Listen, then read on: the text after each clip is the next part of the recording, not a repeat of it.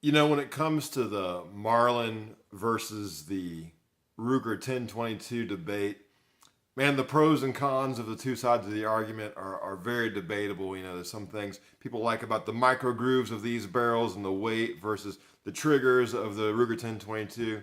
But there's one advantage of the Ruger 1022 that's not debatable until now.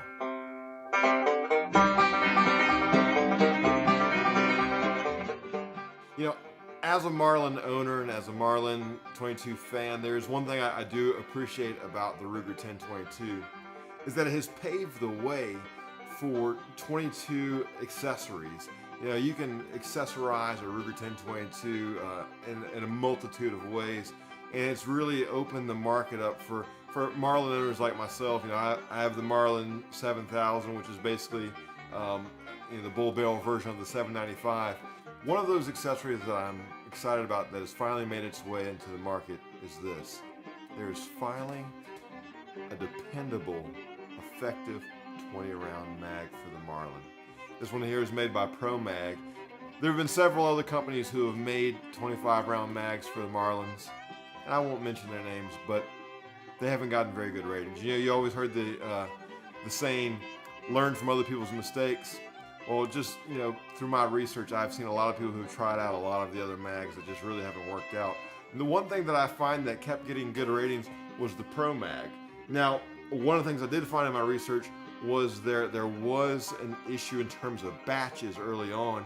And one of the things I found was the people who bought from Midway USA tended to get a better batch than some people who bought from some other companies who I won't mention their names. But so I ordered my two Pro Mags here from Midway USA. Now the advantage to it, a 25-round 22 magazine. Honestly, I'm not going to use this when I'm squirrel hunting. I'm not going to use this when I'm rabbit hunting. The only application I can think of in a hunting scenario where a 25-round mag 22 is going to come in handy is if I was sitting right on top of a prairie dog town. But you know, what I do like about this is more for plinking, for range time. You know, and I just finished my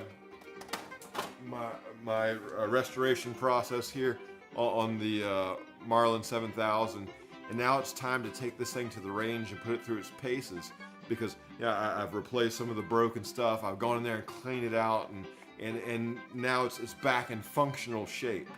Now it's time to put it through its paces on the range to see whether it's worth investing some modifications.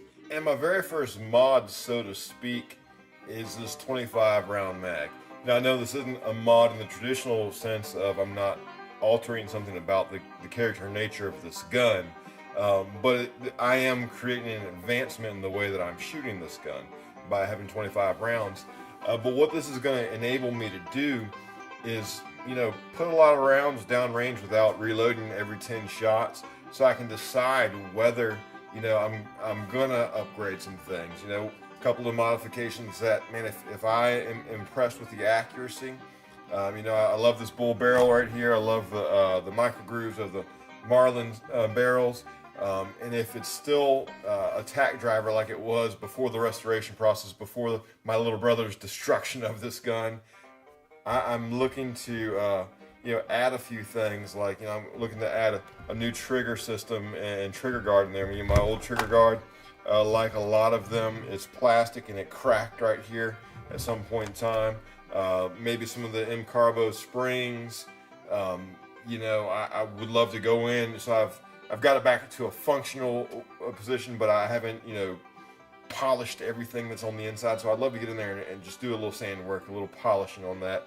You know, and like I said, if it has proved itself just through, you know, it's restored, it's functional, it's good to go. I'm going to take it to the range with these 25-round mags.